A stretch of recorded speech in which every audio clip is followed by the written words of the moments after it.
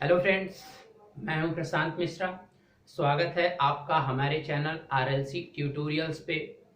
तो अभी हमारी जो मशीन की क्लासेस इस मंथ में पूरी की पूरी जितनी भी क्लासेस है, सारी की सारी मशीनें पैरेलल में चल रही हैं। कुछ वीडियोस आपके प्राइवेट हैं और कुछ वीडियोस आपके लिए टोटल सभी लोगों के लिए अवेलेबल्स हैं। तो जो वीडियो सभी लोगों के लिए अवेलेबल्स हैं वो उसका एंजॉय करें। और अभी आज की जो क्लास है, आज हम स्टार्ट करने वाले हैं आपको सिंक्रोनस मशीन का लेक्चर नंबर 10। ठीक है। तो प्रीवियस लेक्चर में हमने पावर का कैलकुलेशन किया था। देखिए, ये वीडियो सभी के लिए अवेलेबल नहीं है, केवल पेड स्टूडेंट्स के लिए ही अवेलेबल है, पहली बात। ठीक है। तो जो लोग जुड़ना चाहते हैं आप उन्हें ये वीडियो शेयर कर सकते हैं, जैसे पहली वीडियोस मैं कर दूंगा। ठीक है। चलिए, तो फिलहाल लेक्चर के बारे में बात करते हैं। सिंक्रोनस मशीन का लेक्चर नंबर 10, यानी आज का जो टॉपिक है, आज हम क्या कवर करने वाले हैं? Power calculation. Power calculation in synchronous motor. Synchronous motor, चूंकि आप कहोगे सर मोटर तो आपने अभी पढ़ाया नहीं, आपने मैक्सिमम जनरेटर का ही बताया था, लेकिन मैंने कंस्ट्रक्शन बता दिया था और बताया था कि मोटर और जनरेटर में क्या डिफरेंसेस हैं। ठीक है। जो इक्विवेलेंट सर्किट को लेकर दोनों के बीच में क्या डिफरेंस है, ये मैंने आपको बहुत अच्छे से बता दिया था। तो क्या डिफरेंस था? बट करंट की डायरेक्शन को चेंज कर देंगे। मतलब अगर आपके पास अल्टरनेटर है तो आप उसके रोटेट को उसके आर्मेचर को रोटेट कराएंगे और आपको इलेक्ट्रिकल एनर्जी मिलेगी। मोटर के केस में क्या होगा? आप क्या करेंगे कि इलेक्ट्रिकल एनर्जी देंगे और वो आपका जो रोटर होगा वो क्या करेगा? मूव करेगा। बस यही डिफरेंस होता है ना। तो यानी करंट की डायरेक्शन अब चेंज हो जाएगी और जो लोड एंगल होता है वो नेगेटिव हो जाता है। तो जो इक्विवेलेंट सर्किट है उसमें क्या क्या चेंजेज आते हैं, बस उसी से पावर का कैलकुलेशन हो जाएगा। पिछले लेक्चर में हमने कवर किया था alternator, it mean synchronous generator के पावर का कैलकुलेशन किया था हमने। इट मीन्स आउटपुट पावर और इनपुट दोनों पावर का हमने वहां पर गणना, इट मीन्स कैलकुलेशन किया था। चलिए, आज हम मोटर की सर्किट को पहले बताते हैं। अगर मोटर की सर्किट को बनाना है तो सिर्फ मैं कोई भी इसके सर्किट में वेरिएशन नहीं करूंगा।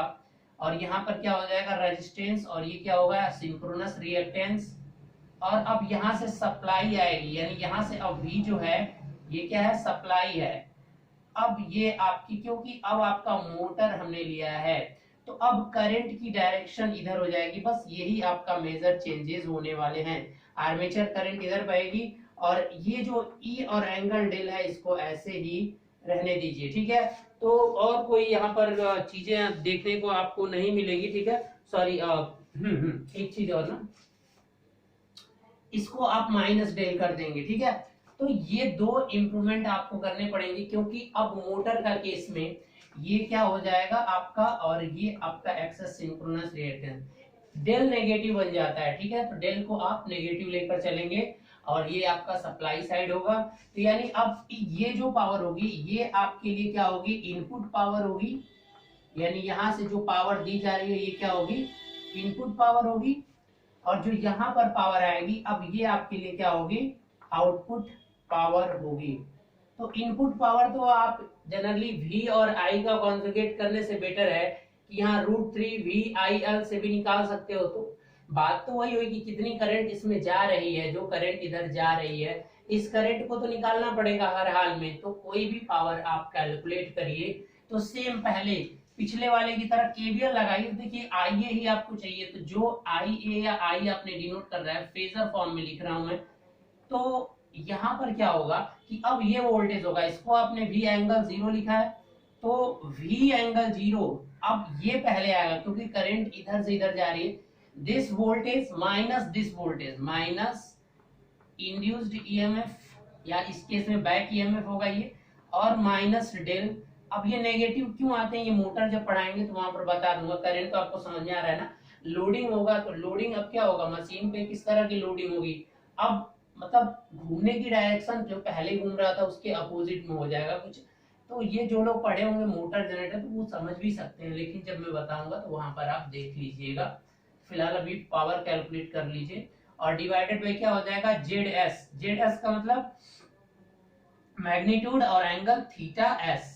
ये आपको पहले बता चुका था कल के क्लास में, तो इसलिए आज फिर से यहाँ डिटेल से बताने की जरूरत नहीं है कि जेड एस क्या है। इन दोनों का पूरा इम्पेडेंस, सिंक्रोनस इम्पेडेंस इसे कहते हैं। तो ये आ गया, मिल गया। तो अब इसको यहाँ से क्या कर सकता हूं मैं, देखिए जरा ध्यान से, इसको एक बार इसके साथ कर दीजिए, तो v divided by Z S, और क्या हो जाएगा एंगल, ये ऊपर जाएगा तो माइनस थीटा एस हो जाएगा, ठीक है, minus E divided by Z S, और ये माइनस थीटा और ये माइनस डेल, यानी एंगल माइनस थीटा और माइनस डेल, थीटा एस कर दीजिए ना। तो ये आपको इस चीज को, इतनी चीजें यहाँ पर मिल जानी है। लेकिन हमें आई नहीं चाहिए होता है, जब भी हम कॉम्प्लेक्स पावर की कैलकुलेशन करेंगे तो हमें आई ए कॉन्जुगेट चाहिए होगा। तो कॉन्जुगेट की वैल्यू निकालने के लिए आप क्या करेंगे, v divided by Z S, जहां जहां माइनस है वहां प्लस कर देंगे, ठीक है, it means minus E divided by Z S. अब ये क्या हो जाएगा, theta S plus del. I hope आपको समझ में आ गया होगा कि इस तरीके से आपको पूरी की पूरी पावर मिल जाएगी। तो अब ये आई कॉन्जुगेट तो हो गया, तो आई कॉन्जुगेट से अब इनपुट निकालना है। अगर आप इनपुट पावर निकालना है तो v से मल्टीप्लाई करिए, आउटपुट पावर निकालना है तो इतने से मल्टीप्लाई करिए। अब बस दोनों पावर निकाल लीजिए। तो चलिए हम एक एक पावर को करके इधर देखते हैं, इसको इधर ऐसे रहने देते हैं क्योंकि इसको दोनों बार जरूरत पड़ेगी। तो अब हम पहले किधर की करते हैं, चलिए इनपुट साइड की कर रहे हैं। तो इनपुट साइड मतलब इनपुट पावर की बात कर रहे हैं। तो मोटर के केस में इनपुट क्या होगा ये आप देख चुके हो प्रीवियस केस में। तो ये सब चीजों में कॉन्फ्लिक्ट मत करना कि इनपुट जो मोटर का इनपुट होगा वो जनरेटर के केस में आउटपुट बनेगा। That is a very small thing, I hope you can understand this one. So when you are calculating the input power, then how can you find this one, just you can find out the s input, okay, when you are write the complex power, when you are calculating the complex power, then how can you find this one, just multiply v angle 0 and multiply I a conjugate, okay. So put the value of I conjugate, okay. So v, that's magnitude, there is no any angle, so you can write only v. I a conjugate, just put these values, v divided by zs, this one is angle theta s, and here is your minus e divided by zs, and this is your angle theta s plus del. Oh, okay. So multiply this one, v square divided by zs, and this one is angle theta s minus e, और यहाँ v, तो e v divided by zs, and this is your angle theta s plus del. I hope you can understand. When you will got any power in complex form, then it will become to find out the power in the form of active power and the reactive power. So how can you find the active and reactive power? Just by taking this angle cosine, you can get the active power, and if you want to calculate the reactive power, then you can easily put here the angle taking the sine angle of this, okay. This is easy, I hope. So next point, active power. So this is active power, it means input active power. So this one is input active power. How can you write? So it will become v square zs, and this is your cos theta s minus, so ev divided by zs, and this is cos theta s plus del. So now if you want to find out the p input maximum, then what should be the condition? Okay, no need, not required. First we have to calculate the reactive power. Now first calculate the reactive power.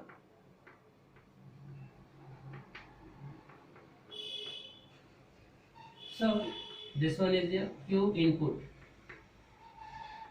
v square zs, just put here only sin theta s minus ev divided by zs, and this is your sin theta s plus del.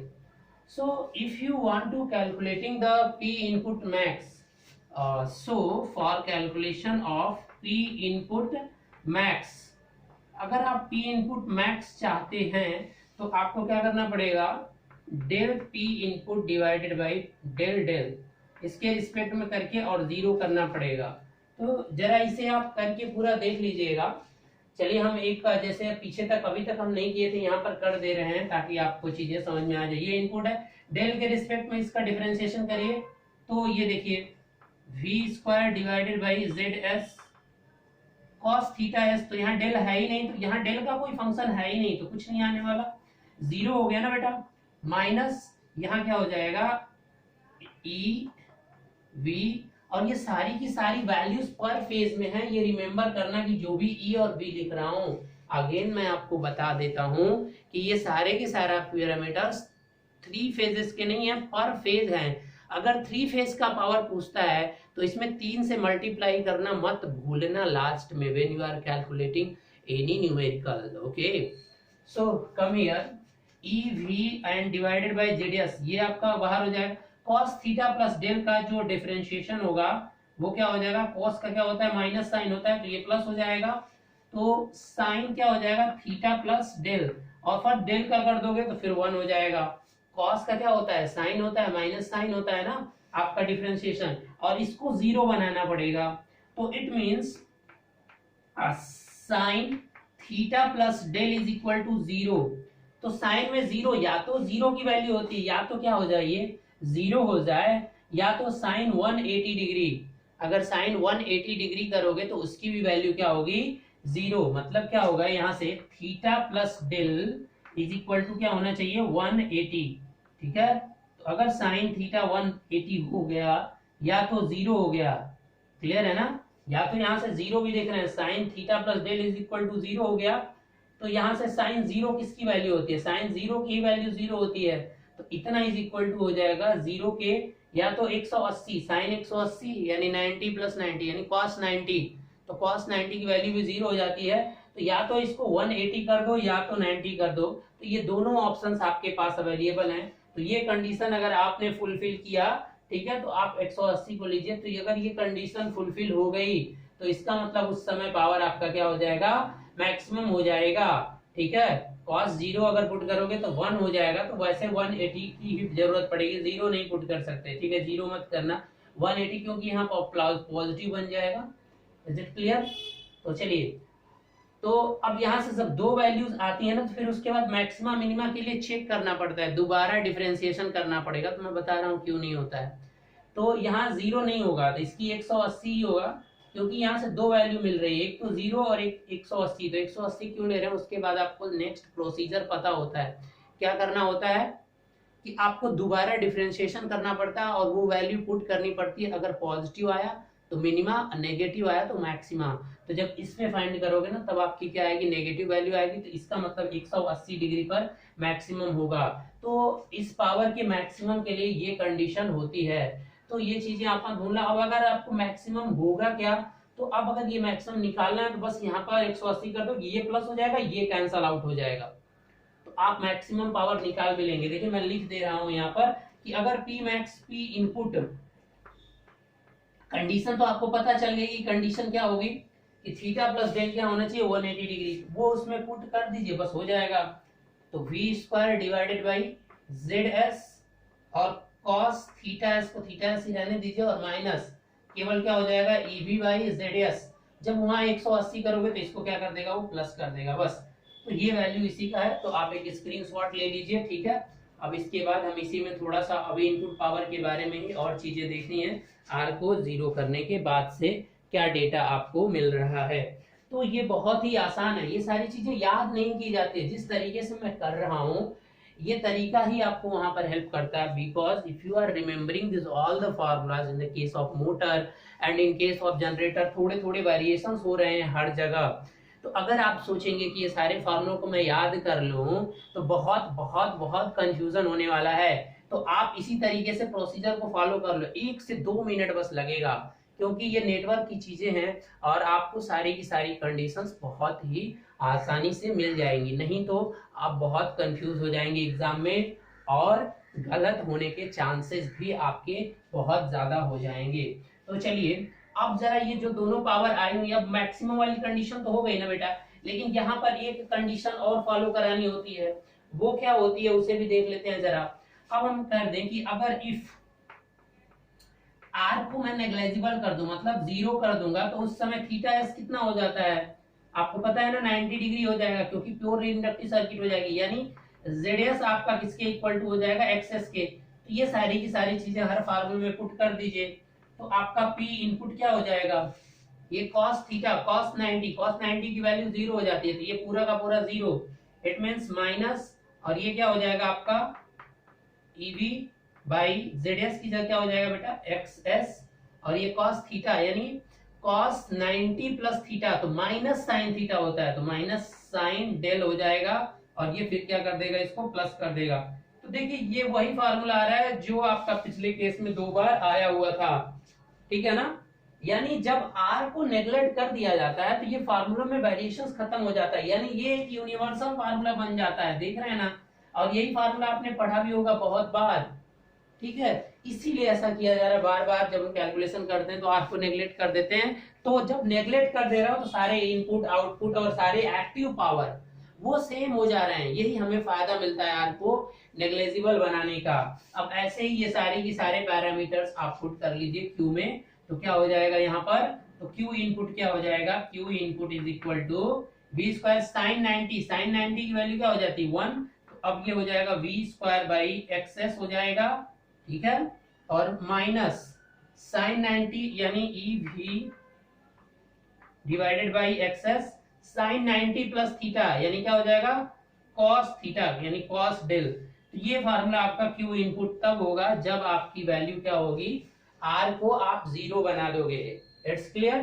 तो इस तरीके से आप input side के motor के, synchronous motor के input side पर power को कैलकुलेट कर सकते हो, जब पूरा का पूरा इम्पीडेंस दिया हो या तो केवल रिएक्टेंस दिया हो, रेजिस्टेंस को जीरो कर दे तब भी, तो बहुत आसान हो जाता है। तो मैक्सिमम जब न्यूमेरिकल्स आते हैं किसी कंपटीशन एग्जामिनेशंस में तो वो इन्हीं फार्मूलों पे आते हैं।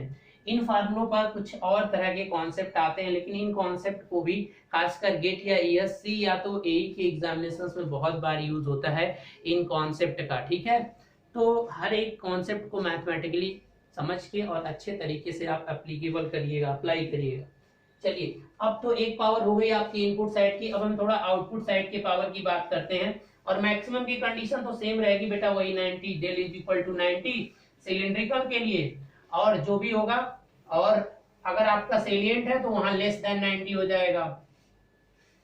ये बात याद रखना कि जो भी ये पावर का कैलकुलेशन हो रहा है, अल्टरनेटर या तो सिंक्रोनस मोटर, यहाँ पर हमने ये एज्यूम कर रखा है कि आपका रोटर क्या है, सिलिंड्रिकल रोटर है। सेलिएंट पोल में एक और पावर जनरेट होती है ड्यू टू उनके नॉन यूनिफॉर्म एयर की वजह से, due to non uniform reluctance, reluctance हर जगह सेम ना होने की वजह से एक रिलक्टेंस टॉर्क भी जनरेट होता है। तो यहाँ पर नहीं होता है ऐसा कोई रिलक्टेंस टॉर्क, बिकॉज जो भी ये फार्मूला हम यहाँ पर बता रहे हैं एकदम माइंड में बैठा लेना कि ये फार्मूला फॉर सिलिंड्रिकल रोटर के लिए है सारे पावर जो भी कैलकुलेट हो रही है। चलिए अब आउटपुट पावर की आप कैलकुलेशन कर दीजिए। तो आउटपुट पावर जो होगा उसके बारे में हम देखते हैं कि ये चीजें क्या होंगी। तो नॉर्मली आउटपुट पावर आपका देखिए जरा यहाँ पर है ना, तो क्या हो जाएगा एस नॉट, बस लिख दे रहा हूं मैं, एस नॉट से दिखा रहा हूं, तो क्या हो जाएगा ये वाला एंगल आप लोगे ई और एंगल माइनस डेल, और यहाँ पर आई ए कॉन्जुगेट। आई होप आपको समझ में आ गया होगा, वैल्यू पुट कर दीजिए और कुछ नहीं करना है। देखिए यहाँ पर ई माइनस डेल और यहाँ पर एंगल इसकी पुट कर दीजिए v divided by Z S, ठीक है बेटा, angle theta S minus E divided by Z S और angle theta S plus del. तो अब ये हो गया, तो अब एक लाइन के लिए सॉल्व हो जाएगा। देखिए अंदर मल्टीप्लाई कर दे, मैग्नीट्यूड मैग्नीट्यूड के साथ और एंगल एंगल के साथ। when you are doing this one, this will become e v z s and cos theta s minus del minus, and this one is plus, and this one minus E, that will become E square divided by Z of S. Okay, and this one is become minus del, this one is plus del, so only theta S. I hope you can understand. Now if you get the value of the complex power, then you have easily calculated the active and reactive power. Can I write this one? P naught is equal to EV ZS cos, oh I'm sorry, here I don't read to this one. Here should be only angle, because I am not writing here active otherwise reactive power. So here will become the cos theta S minus del and minus E square by ZS cos theta S. Now your Q naught will become EV divided by ZS, and this is sine theta S minus del and minus E square divided by ZS, and this is sine theta S. So these two formula will come for your output power. तो इस तरीके से अगर मैं याद करने लगूं सारा कि यहाँ E होता है, यहाँ V होता है, वहां, तो इस तरह से आपके दो चार 8 टोटल हो जाएंगे एक साथ, तो बहुत कॉन्फ्लिक्ट हो जाता है। लेकिन एक सिमिलरिटी सब में मिल रही है, जब रेजिस्टेंस को 0 कर दिया जा रहा है तो इनपुट आउटपुट सब में बराबर, और मोटर हो या जनरेटर एक ही फार्मूला यूनिवर्सल फार्मूला बन जाता है। तो इसीलिए उसी कॉन्सेप्ट पे क्वेश्चन ज्यादा से ज्यादा पूछे जाते हैं, तो ये बात याद रखिएगा। अब इसमें भी देख लीजिए कि क्या वो फॉलो हो रहा है। 3 जगह तो मैंने दिखा दिया था। R is equal to 0, then क्या हो जाएगा, अगर R इज इक्वल टू 0 मतलब theta S is equal to कितना हो गया 90 डिग्री, क्योंकि प्योर रिएक्टिव हो गया सर्किट, यानी ZS अब कितना, केवल रिएक्टेंस ही रहा उस सर्किट में। तो अब सारी जगह पुट कर दीजिए, तो उस कंडीशन में P नॉट क्या हो जाएगा, cos 90 माइनस थीटा, तो कितना हो जाएगा, ये हो जाएगा आपका EV और XS, और क्या हो जाएगा साइन डेल, और आप 90 जब यहाँ पुट कर देंगे तो cos 90 की वैल्यू 0, खत्म। तो देख लीजिए ये फिर 0 आ गया आउटपुट, और इनपुट भी आपका जो एक्टिव पावर आया था वो इतना ही आया था। तो ये चीज चारों में कॉमन है, मोटर हो, जनरेटर हो, इनपुट पावर हो, आउटपुट पावर हो, कौन सी, एक्टिव। और कब, जब रेजिस्टेंस 0 हो तो उस कंडीशन में एक ही फार्मूला होता है, और वही है, इसे तो रट ही जाइए किसी भी तरीके से। अब Q नॉट क्या आएगा, यहाँ पर देखिए EV बाई यहाँ पर क्या हो जाएगा XS साइन 90 माइनस थीटा, तो कितना हो जाएगा cos थीटा हो जाएगा, मतलब cos डेल है तो डेल हो जाएगा, ठीक है, cos डेल माइनस यहाँ से E square divided by XS हो जाएगा, और साइन 90 की वैल्यू 1 होती है, तो अब ये फार्मूला आपको यहाँ पर आ जाएगा। तो कुछ सिमिलरिटीज है, जिस तरीके से आप देखना चाहते हो, कोई याद करने की जरूरत नहीं है। तो इस फार्मूले पे, और मैक्सिमम की कंडीशन इसके लिए क्या होगी आपको पता है। अब इसके लिए मैक्सिमम की कंडीशन निकालनी है, तो अगर ये चीज आ रही है तो यहाँ भी वही कंडीशन आएगी कि अगर ये दोनों आपस में इक्वल हो गए, तो इसके मैक्सिमम के लिए मैं यहाँ पर बता दे रहा हूँ, अगर इस फार्मूले का अगर P मैक्स निकालना चाहते हो तो यहाँ पर कंडीशन सेम वही होगी कि डेल इज इक्वल टू किसके होना चाहिए, थीटा के। अब मैं निकालूंगा नहीं, और वैल्यू आप इसमें पुट कर दीजिए तो मैक्सिमम वैल्यू निकल भी जाएगी। और R को 0 करने के बाद मैक्सिमम की कंडीशन निकालनी है, तो del is equal to 90 degree, तो आपको क्या मिल जाएगा, P मैक्स मिल जाएगा, और वो मिलेगा EV बाई XS। तो इस तरीके से पूरा का पूरा पावर कैलकुलेट होता है किसी भी सिंक्रोनस मशीन में, ठीक है, क्लियर है, समझ में आ गया। आई होप कि कोई प्रॉब्लम नहीं होगी। तो कंडीशंस कभी कभी पूछता है, तो कंडीशंस में ये जरूर चेक करना कि कंडीशन आप R को 0 करने के बाद चेक करना चाहते हो या पहले ही कर रहे हो। तो ये सब जो छोटे छोटे क्वेश्चंस यहाँ से आते हैं, ठीक है। अब देखिए कि अगर आपका ये सारा का सारा क्या था, अगर अल्टरनेटर के केस में मैं बस बात कर रहा हूं, अगर अल्टरनेटर है आपका और वो अल्टरनेटर बाय डिफॉल्ट आपने उसे क्या बनाया है, सेलिएंट है, ठीक है। तो फॉर सेलिएंट रोटर के लिए पावर का कैलकुलेशन कैसे किया जाता है वो मैं आपको एक फार्मूला भी डिराइव नहीं कर रहा हूं, लेकिन पावर चल रहा है तो शायद उसे बाद में मैं जिक्र कर लूंगा, लेकिन अभी बस करिए power in salient pole machine, salient pole machine. तो देखिए इसको यहां पर बता दे रहा हूं क्योंकि पावर की जब बात हो रही है, तो अभी जो भी फार्मूला आपने किया था वो सारा का सारा किसमें था, सिंक्रोनस मोटर तो था, लेकिन उसका रोटर कैसा हमने एज्यूम किया था, सिलिंड्रिकल। अब मैं सेलिएंट की बात कर रहा हूं, तो सेलिएंट में दो पावर आएगा, एक आपका आधा पार्ट आएगा, एक तो जो पावर आ रहा है पी जो आएगा सीधे, एक तो आपकी जो पावर नॉर्मली आती है प्लस रिलक्टेंस पावर आएगा।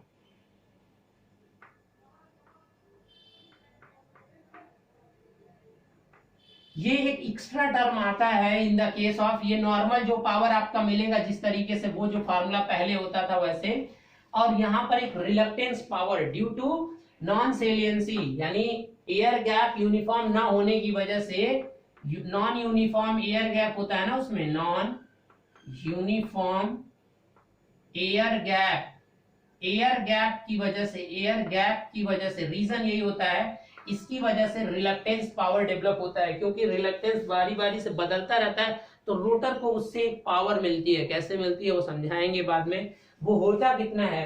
तो जब आप इसकी करते हो सेलिएंट पोल मशीन की, तो यहाँ पर सिंक्रोनस रिएक्टेंस नहीं काम करता है। एक यहाँ पर देखिए मैं बता दूं, एक एक्सटी आता है जिसे बोलते हैं, अब ये थ्योरी में बताऊंगा अभी कैसे क्या होता है, अभी इतना ही समझ लीजिए। डायरेक्ट एक्सिस, इसका पूरा एक लेक्चर लगेगा। डायरेक्ट एक्सिस रिएक्टेंस इसे बोलते हैं। जब आप सेलिएंट सिंक्रोनस, अभी हम अलग से पूरा करेंगे ना, सेलिएंट मशीन की एक अलग से क्लास चलेगी, वहां पर नॉर्मल चीजें अप्लाई नहीं होती है, वहां का जो रिएक्टेंस होता है वहां दो रिएक्टेंस काम करते हैं, सिंक्रोनस नहीं, एक एक्सटी डायरेक्ट एक्सिस रिएक्टेंस और एक होता है क्वाड्रेचर एक्सिस, ठीक है, क्वाड्रेचर।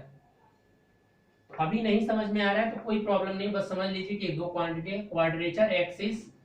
क्वाड्रेचर एक्सिस रिएक्टेंस, ठीक है। तो इन दोनों का यूज होता है, और फार्मूला मैं आपको लिख देता हूं, जैसे आप P निकालते थे तो P इज इक्वल टू क्या होगा, यहाँ पर जनरली इस फार्मूले के जो पहला वाला टर्म है वो एज इट इज सेम रहेगा, मतलब EV और EVy क्या करते थे, एक्सेस करते थे ना, मतलब R को जीरो करने के बाद भी ये फार्मूला है, R लगभग यहाँ जीरो है ऑलरेडी, तो उसके बाद का ही फार्मूला पूछता भी है आपसे, तो वो मैं लिख दे रहा हूं, और यहाँ XD लिखोगे आप, ठीक है, और यहाँ फार्मूले में क्या होता है आपका साइन डेल। इस तरीके का कुछ फार्मूला तब आ रहा था जब आपका सिलिंड्रिकल रोटर था। अब मैंने बताया कि इसमें एक एक्स्ट्रा टर्म आ जाएगा और यही पावर रिस्पॉन्सिबल होगा रिलक्टेंस पावर के लिए। अब उसका फार्मूला क्या होता है, v स्क्वायर बाई टू, ठीक है, v square divided by two, और फिर क्या आएगा 1 divided by x of Q minus 1 divided by x of D, ठीक है, और साइन ये 2 डेल यहाँ पर आएगा, साइन यहाँ पर क्या आएगा 2 डेल, इतना याद रखिएगा। तो ये वाला जो सेकेंड टर्म आप देख रहे हो यहाँ पर, ये पावर एक एक्स्ट्रा पावर जनरेट होती है, और ये किससे आती है, आपके जो नॉन यूनिफॉर्म होता है एयर गैप, किसके, रिलक्टेंस वाले, सॉरी सेलिएंट पोल मशीन में कंस्ट्रक्शन बताया था, आप लेक्चर नंबर 2 या 3 देख लेना। तो इस तरीके से पावर यहाँ पर जनरेट होती है। तो अब इस पावर को मैक्सिमम होने के लिए ये क्या होना चाहिए, इसको क्या होना चाहिए, sine 2 del is equal to क्या होना चाहिए, ये जब 90 होगा, ये 90 होगा तभी ये पावर इसको ऐड करेगा। तो फॉर यहाँ पर P मैक्स के लिए, फॉर P मैक्स, देखो वैसे मतलब P मैक्स का जो जेन्युइन रूल है वो तो आपको यहाँ इसको डिफरेंशिएट करना पड़ेगा डेल के रिस्पेक्ट में, फिर जीरो करना पड़ेगा, तो ये लंबा प्रोसीजर होता है, लेकिन आप देख कर भी कर सकते हो। देखो ये चीज नेगेटिव नहीं आनी चाहिए, इसकी मैक्सिमम वैल्यू 1 ही होती है ना साइन की, तो अगर ये मैक्सिमम 1 हो गया तो ये वाला पूरा इसको ऐड कर जाएगा और पूरी चीज मैक्सिमम होगी। तो थोड़ा सा आइडिया से भी कह सकते हैं, लेकिन अगर आपको आइडिया नहीं है तो आप पूरा मैथमेटिकल प्रोसेस कर लीजिए। तो फाइनली P मैक्स के लिए जो कंडीशन आएगी वो 2 डेल इज इक्वल टू क्या होना चाहिए 90 डिग्री, यानी डेल इज इक्वल टू क्या होना चाहिए 45 डिग्री। ये इस वाले पावर के लिए, अगर सेलिएंट पोल मशीन है तो यहाँ पर डेल 45 डिग्री होगा, तब ये पावर क्या होगी, मैक्सिमम पावर मिलेगी। Is it clear?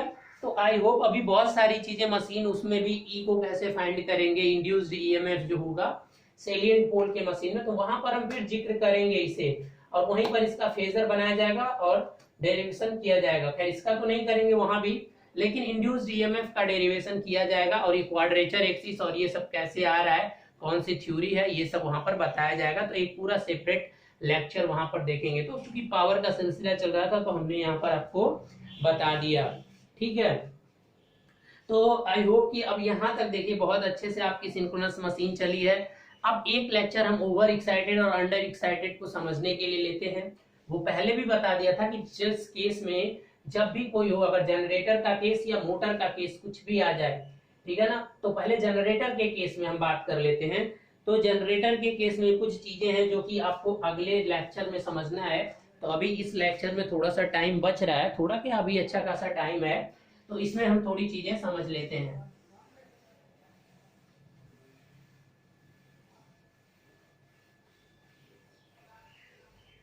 चलिए, अब जनरेटर का केस, अगर मान लीजिए कि एक जनरेटर है आपके पास, तो जब जनरेटर का आप बनाते हो, तो अगर इस केस में आपका इंड्यूस्ड ईएमएफ जनरेट होता है, तो अगर इसका मैग्नीट्यूड अगर ई ग्रेटर देन, ये एक्साइटेशन जो है ना बेटा, अगर ये कभी भी ग्रेटर हो गया किससे, टर्मिनल वोल्टेज से, तो ये किसकी कंडीशन होती है, इसका मतलब ये कहा जाता है कि ओवर एक्साइटेड।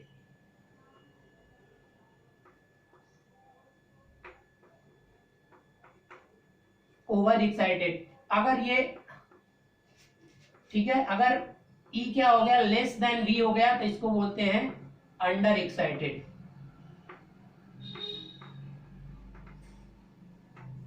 ठीक है, तो ये जनरेटर हो या मोटर, दोनों के लिए यही होगा, सेम फार्मूला। तो कभी भी जब आप फेजर डायग्राम, मैंने पिछले लेक्चर में बताया था, तो वहां बताया भी था कि अगर कोई भी आपका सिंक्रोनस मोटर अगर है, तो उसका इंड्यूस्ड ईएमएफ अगर अलग हो गया, अधिक हो गया, तो उस केस में आप कह सकते हो कि ये ओवर एक्साइटेड है। एक्साइटेशन किसकी, एक्साइटेशन आपका डायरेक्टली रिलेटेड होता है इंड्यूस्ड ईएमएफ से।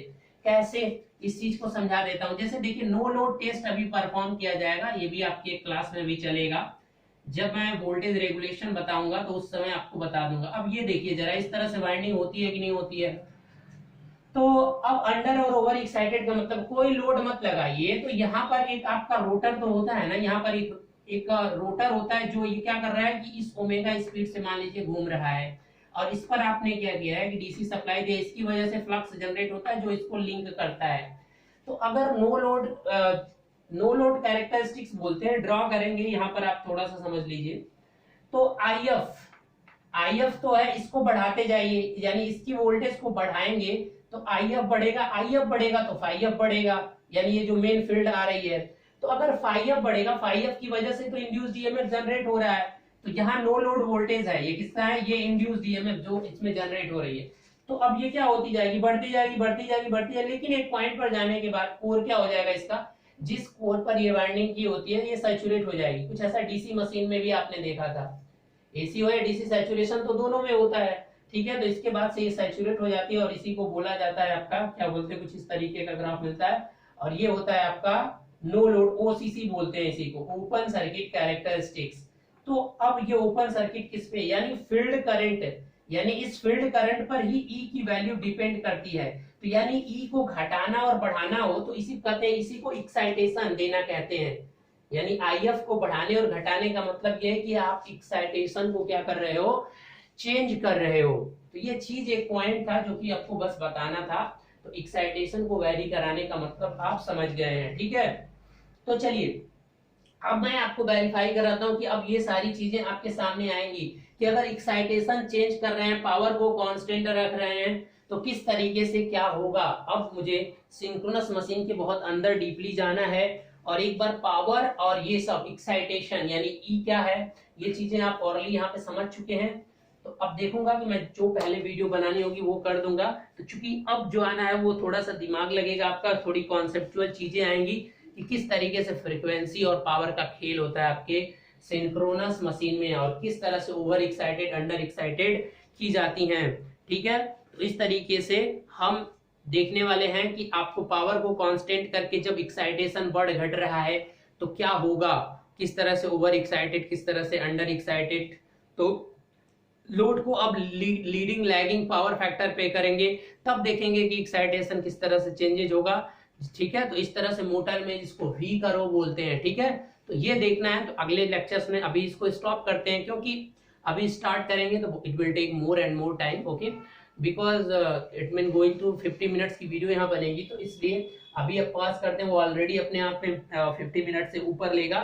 ठीक है, तो इस तरह से अब 4 या 5 लेक्चर्स, 5 लेक्चर्स होंगे तो लगभग कंप्लीट हो सकता है, लेकिन 5 लेक्चर्स मैं ऊपर लूंगा अभी। ठीक है, फिलहाल आपके डिप्लोमा के लिए तो खत्म हो जाएगा, डिप्लोमा के तो लिए 2 लेक्चर और लूंगा तो खत्म हो जाएगा। बाकी जेईई लेवल पे अभी बहुत सारी चीजें पढ़नी है, तो वो सब चीजें हम पढ़ेंगे। Okay guys, thank you.